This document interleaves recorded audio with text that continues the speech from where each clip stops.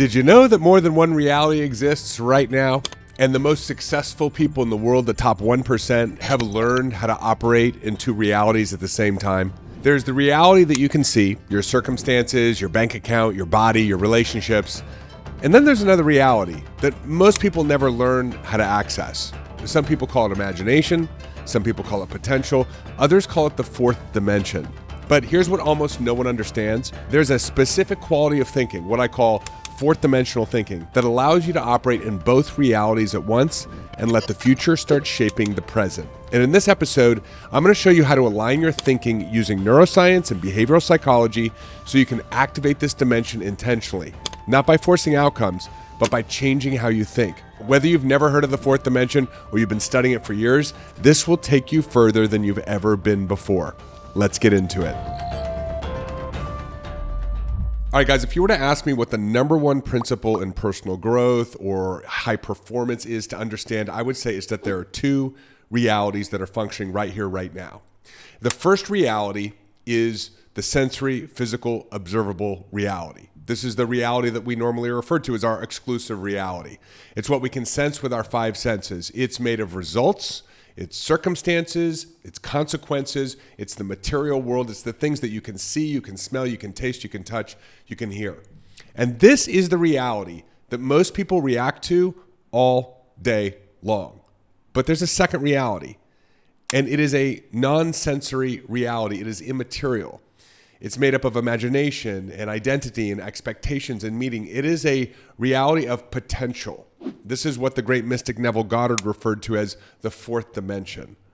And these two realities are not separate, but one is upstream and one is downstream. And what I mean by that is that the third dimensional reality that we experience, the sensory reality, the physical world, it's not actually the source. That's downstream. Upstream is the fourth dimension. And so your third dimensional reality, you can almost think of it as an echo. It's a projection. It's a live stream. And what you see now is delayed information. Your reality is, as Abraham Hicks, one of the great personal development teachers of our modern time, says, old news.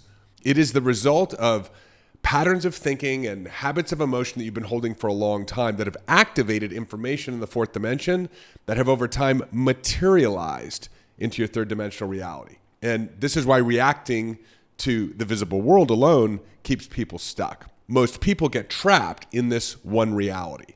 You can almost think of it as the matrix. And your nervous system is wired to prioritize what feels immediate and threatening. And that's why this third dimensional reality is so alluring and why we pay so much attention to it. Because the sensory reality, it feels urgent, it feels solid, it feels demanding. I want you to think about it like something happens at work, and you think about it, you bring what happened earlier today with you for the rest of the day. And so that's what the mind does. It pulls attention away from the fourth dimension, which is imagination, potential, and the source, into repeating, like that movie with Bill Murray, Groundhog Day, the same day over and over and over again. Over time, we become hypnotized by this third dimensional visible reality. We start believing that circumstances are fixed or that we have to actually change the third dimensional space to change our money situation, our health situation, our relationship situation. There was a story called Plato's Allegory of the Cave, and he talked about how there's a group of people who are chained up against a wall, and behind them is a puppet master, and there's a fire, and the puppet master is managing the puppets in front of the fire, and it's casting a shadow against the wall, and the people who are chained to the rock believe that that's reality because it's the only thing that they've ever experienced. And so what you're seeing in your reality right now is just a shadow. But what happens is we become addicted to it and we start to identify with it. So we start saying things like, I'm sick, or I don't have enough, or things never work out for me, or there's not enough time. It becomes an identity, and this creates a loop because you observe that aspect of reality and you start to pay attention to it even more. There's a part of your brain, it's called the reticular activating system. It's that part of your brain that when you buy a car, you start to think everybody on the road is driving the same car, right? You start to notice patterns the myelin of your nervous system, of your synaptic connections, starts to develop and become thicker and thicker and thicker. And so there's a greater electrical circuit or impulse that's ready to fire. And so your perception starts to become repetitive and you start to notice all the things. And that's why when you're in a place, for example, where you're financially insecure, you start to notice all the time that you don't have enough money and you start to notice other people who do. Or if you're not feeling well, and this is a very easy thing to do because it's so sensory, it's in your body, you start to notice how you're unwell all the time. Well, what's happening is you're becoming too noticing of your problems. And so you start to habituate to them. You start to train your nervous system to them, what I would call trained traumas. So your perception becomes repetitive, and so reality becomes repetitive. And you say, yeah, Dave, okay, I get it, right? Like my beliefs create my reality, but I've changed my thinking. I've gone to an event, I've read a book, I found a limiting belief, I worked the limiting belief, I came up with a new one. I've been doing the affirmations and the journaling. Like, why isn't my reality changing? If this fourth dimension is based off of what I'm feeling and what I'm believing, and it's creating my third dimensional experience, and I can change it at any point in time, why isn't anything changing? And my answer is, well, there's a delay. This is really important to understand. The present moment is not real-time live stream. And that's actually a good thing, because if you were actually streaming from the fourth dimension into your third dimension, everything that you were thinking on a moment-by-moment basis, anytime you had a negative thought, boom, it would show up in your reality. There's a delay, right? It's a soft stream. And the present moment is not real time. It's a projection of past thinking and emotional conditioning. And the good news is that you have to actually have a lot of negative thinking to create a negative situation in your life, and you need very little positive thinking to actually create something positive. But if you've been engaged with this habit over time of a limiting belief, then there's going to require some time to change it. So when people change internally, the external world doesn't shift instantly. Old patterns continue to show up as what I call echoes. And this is where most people give up. They assume that the work, meaning changing their mind or changing the way they feel or starting to live in imagination or the fourth dimension, doesn't actually work because their third dimensional reality isn't changing. But that's not true. But as a result of believing this, we basically go back to the old identity. We go back to the old limiting belief. We go, oh, well, like, I believe this new thing. I believe that life was abundant and that I was worthy of financial abundance, but I still see that I'm getting this unexpected bill in the mail, and so that must not work. I'll go back to that old identity of not having enough or a fear of financial insecurity. So the echo isn't actually a problem. It's a confirmation that the past is projecting itself into your third dimensional space. It's like a runway, right? And so we have to be able to stay the course with the airplane and get it off the tarmac, and then our reality can change. So the reason why when you change a belief, your reality hasn't changed is because the system is still unwinding. And it makes sense because if your reality matches your nervous system, it takes time to change the neural networks of your body, right? It takes time to change your circumstances, and allowing the echo is critical. Hey, it's David. Quick announcement before we get back to your episode. Our annual event, the Powerful Living Experience, is coming up. There's a link in the show notes, or you can visit powerfullivingexperience.com. Check out the video of last year's event. We're going to be bringing together 1,000 impact-driven entrepreneurs, leaders, and game changers to spend 3 days doing what matters most. Going really, really deep on identifying the limiting beliefs and subconscious programs that are still preventing you from your full potential, and going through deep experientials and trainings and transforming them. We're also going to be getting into concepts like wealth creation, purpose, greatness, money, relationships, health. And if you're an entrepreneur, we're going to be spending about 20% of that event opening up my business playbook, the same strategies and tactics and techniques that we use to go from $0 to $30 million in an impact-driven business while spending 90% of my time doing what I love. There's nothing like the Powerful Living Experience. Inc. named it a top 3 must-attend personal development event for entrepreneurs and leaders, and I want to see you there. We've got some discounted tickets right now, plus some additional bonuses. Again, all the information is in the link in the show notes, or you can jump on over to powerfullivingexperience.com, get registered, and I will plan on seeing you there along with 1,000 other impact-driven, incredible members of our community for 3 days that you will never forget. And now, back to your regularly scheduled episode. And so people use the word surrender, like when you change a belief, if you want your reality to change, if you want to give time for your fourth dimension to transform your third dimension, you have to surrender. I don't like the word surrender in this sense because people think the word means giving up. I prefer allowing, okay? Because you're not giving up. You're allowing your reality to change. You're establishing a new belief and a new identity, and you're holding the new belief and the new identity through the change. And that's a new muscle that you're building, right? It makes sense. You're holding a new belief or a frequency or identity through the change. That's how you get stronger. That's how you actually become the new identity, is you have to hold it in the face of evidence that doesn't support the new identity. If reality changed instantly, there'd be no internal growth, right? I want you to think of this like resistance training in the gym. You go into the gym, you do resistance training, you get stronger. It's almost impossible to do when you don't know what's happening, right? But when you understand that the echo effect is a law, you can relax through the change, even when it's uncomfortable. There's so many metaphors for this. Yoga is a really great one. It's like you get into these uncomfortable positions and postures. It's a new identity for your fascial system or your body, and you have to hold the posture, and it's uncomfortable. So what do?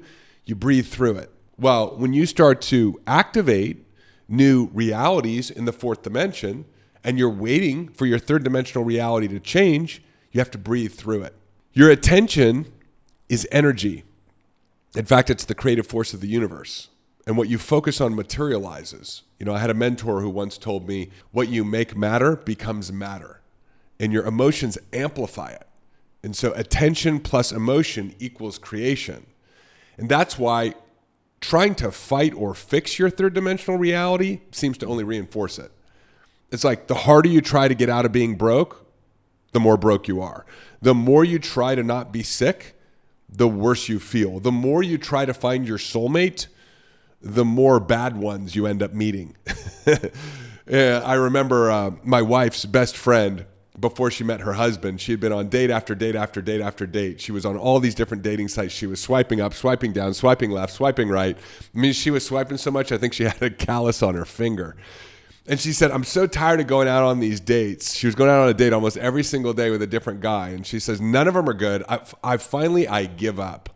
Literally, within 2 weeks of giving up, she met the man that she's married to right now. What we try to do is we try to fix the problem in the third dimensional space, but fixing it just feeds it. It's really important to understand that when you try to fight or fix something, it just reinforces it because your energy is creative and now you're feeding it. And the most successful people in the world, they learn how to see circumstances without collapsing into them. In other words, they hold the fourth dimensional vision and they let the third dimension continue to show up as it is without arguing with it, without fighting it, without letting it define their identity. You notice what you don't want, that's going to happen in your life.